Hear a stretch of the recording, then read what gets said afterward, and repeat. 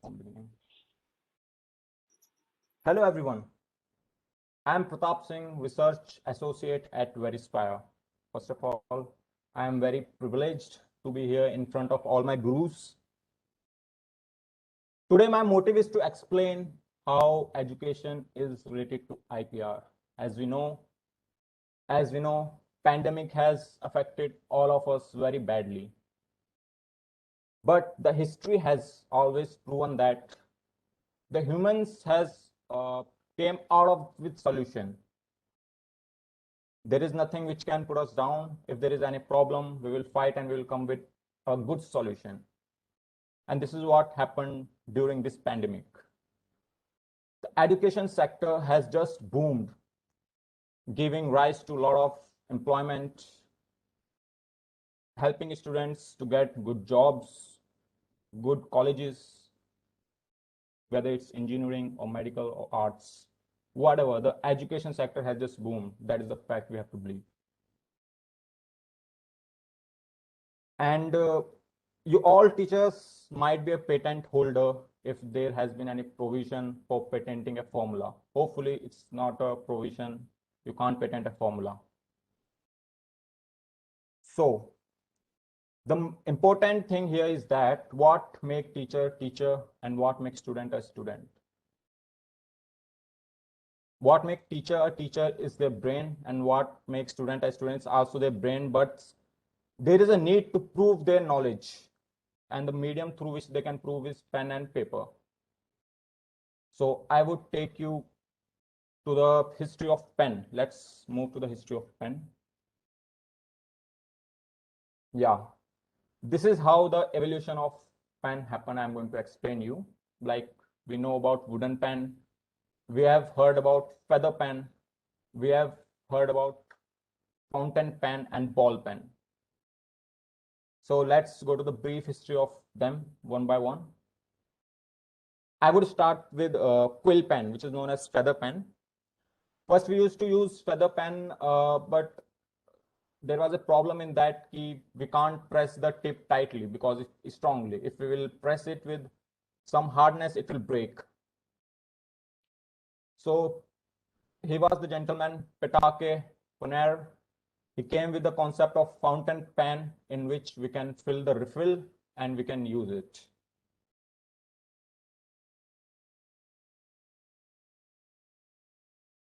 There are thousands of invention happened after him.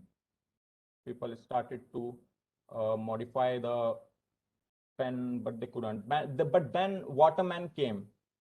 He designed in certain way that you don't have to fill the refill on the pen. You just put it in the ink and it will be filled. And with this invention, the current inventor, so sometimes the inventor is known as only Waterman. The inventor of pen is known as Waterman and not the Petake, because of only this invention. You know, it has changed all the aspects of the previous inventions that has happened because it was so good, and this is what we are using now also. You don't have to fill the refill, and after that the inventors stopped thinking about the modifications because this was proved to be the best, and the popularity of it has reached through the worldwide, and it was not that expensive also. So there was a need something to be done differently, entirely different, because you can't modify this because this is already a modified version. But yeah, already the scope of invention is there. Then came Laszlo Barrow's ball pen. Laszlo Barrow was the scientist who invented this pen and get it patented in 1943. He was the person who used ball instead of tip. It was not a ink pen tip fountain as the Waterman used, but rather it was a ball. The ink used to fall, ink droplets used to fall on the ball, and the ball used to write on the paper or the surface. And he has one brother. They both collaboratively work on the ink, which can, dry faster than the ink. with the normal ink, fountain ink. And so see here two inventions was there actually, the ink and the pen, the ballpoint pen. But there was a problem with this pen. It was very expensive and people were facing trouble buying it. So then after this come the BIC was a company which invented same pen and with good model design as Waterman did with this Patake Ponaru design. The same happened with the Biros ball pen design. They have designed a very good ball pen and it was very cheap. So there were many inventions after this. Yeah, but one thing for sure, like when these people were inventing the things, no one would have ever thought that there will be something like that stylus, because they all were working on the thing which writes on the surface. But this was the thing which you can move in the air also, and what you will write in air, it will be visible on the display. So this was an entirely different concept. So here comes the stylus. It was first patented in 1998.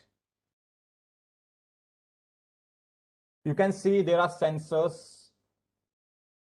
There are 4 sensors which, like, you will keep it here and 4 corner points will be there, and you can either use it in a 3D manner or you can just write. It will be all visible in the connected device, the external connected device, that may be your laptop or your phone.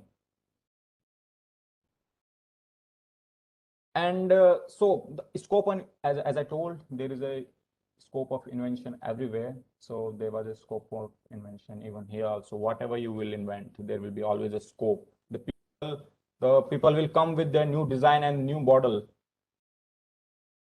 So same happened with here. The problem here was that it can use the 3D exposure only to some extent. I told you, right, when you will click here, it will have a 4 corner points, and out of that 4 corner points, you can't write anything. So it was valid under till that 4 corner points. So that was the limitation, and people thought that there should be something new. There should be something added to this. Also, so after this, one invention came which uses haptic feedback. Now this is the device which you can use anywhere in the 3D. Until where the range of connectivity is there, you can use it anywhere. And one thing more, what's the novelty here? That it uses haptic feedback. Haptic feedback is something which make you feel of what you touch. Like you have seen in phone, you press, normally in iOS, when you touch the button, you feel the vibration there. So it's working on there's not a button, there's not a vibration button there, but it's a haptic feedback mechanism which is taking place. So based on the texture, you will feel, okay, as you can see in the figure, there are textures. So you will feel this texture. It's only a display, but you will feel it. So this was the enhancement in the innovation, which took place in the case of stylus. Many more happened. Now Apple is coming with the concept that you will have a watch with this. You have to just connect with watch and you have to just write. So who might have thought that, first we used to write, the children used to write in the slate and the chalk, and see where we have reached now. So this is the power of invention and innovation.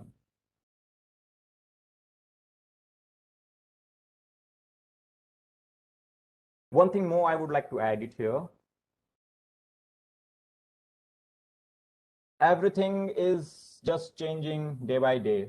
As I told you about the education sector, it's growing at a vast, it's changing in a drastic manner. I would like to quote the example of Baiju. It's the Bangalore-based startup, just started 4 or 5 years back, and see where it has reached. There is in this pandemic, there was an addition of 1.4 billion 1.4 billion users. It's not less, making it the world largest educational platform. So how does all this happening? This is happening because of the patent process taking place. You may have idea, but unless you don't patent it or you don't get it registered, there's no use of that.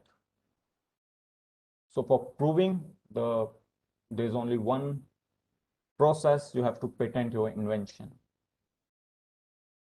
Because of patent process only, we are getting to see all these things. So thanks to the educational sector, because of which we are seeing a lot of advancement in the education. Now students don't have to search for the bag and they have to run to the school. Now they can just use their phone, sit in the conference class, and they can do whatever they want.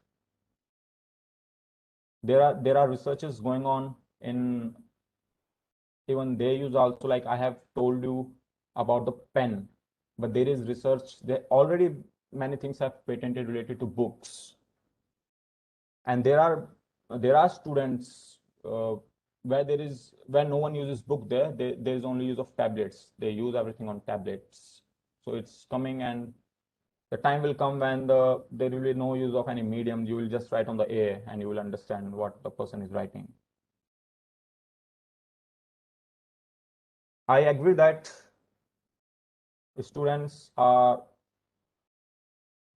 faced many problems, even teachers too as well, because yeah, teachers are the main problem teacher would have faced is that they are missing the crowd. You know, whenever they used to enter in the classroom, they used to be a strength of 60-70 students listening them, but somewhere that is missed. Yeah, but innovation technology is trying their best to make it feel, and we are on the working stage. Surely we will cop everything, and we don't have to move ourselves. We have to just the home, everything we will be doing.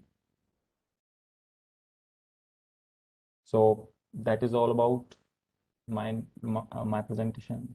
Thank you everyone for the time.